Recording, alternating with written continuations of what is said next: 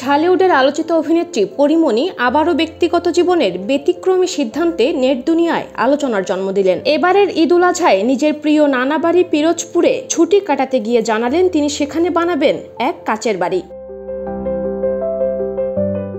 পরীমণি এক আবেগঘন ভিডিও বার্তায় বলেন, এখানেই আমার সমস্ত শৈশব, এখানে এলেই আমি ছোটবেলায় ফিরে যাই। কয়েকদিন পর এই পুকুরটা আর থাকবে না, এখানে একটা কাচের বাড়ি বানাবো ইনশাল্লাহ।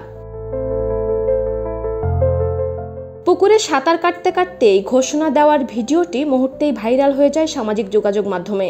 অনেকেই প্রশংসা করেছেন তার শৈশবের স্মৃতি ধরে রাখার এই উদ্যোগকে। কেউ কেউ আবার সমালোচনা করছেন বাস্তবতা বিচারে স্বপ্নের বাস্তবায়ন নিয়ে।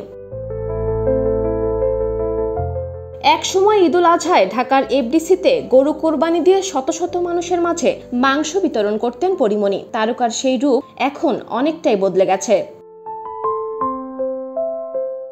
সময়ের সঙ্গে সঙ্গে পরীর জীবনেও এসেছে নানা পরিবর্তন। ভালোবাসা, বিয়ে, বিচ্ছেদ, মাতৃত্ব, এমনকি জেল জীবনের অভিজ্ঞতা। প্রিয় নানার মৃত্যুতে একসময় বিপর্যস্ত হয়ে পড়ায় অভিনেত্রী এখন নিজেকে গড়ে তুলেছেন একজন সিঙ্গেল মাদার হিসেবে।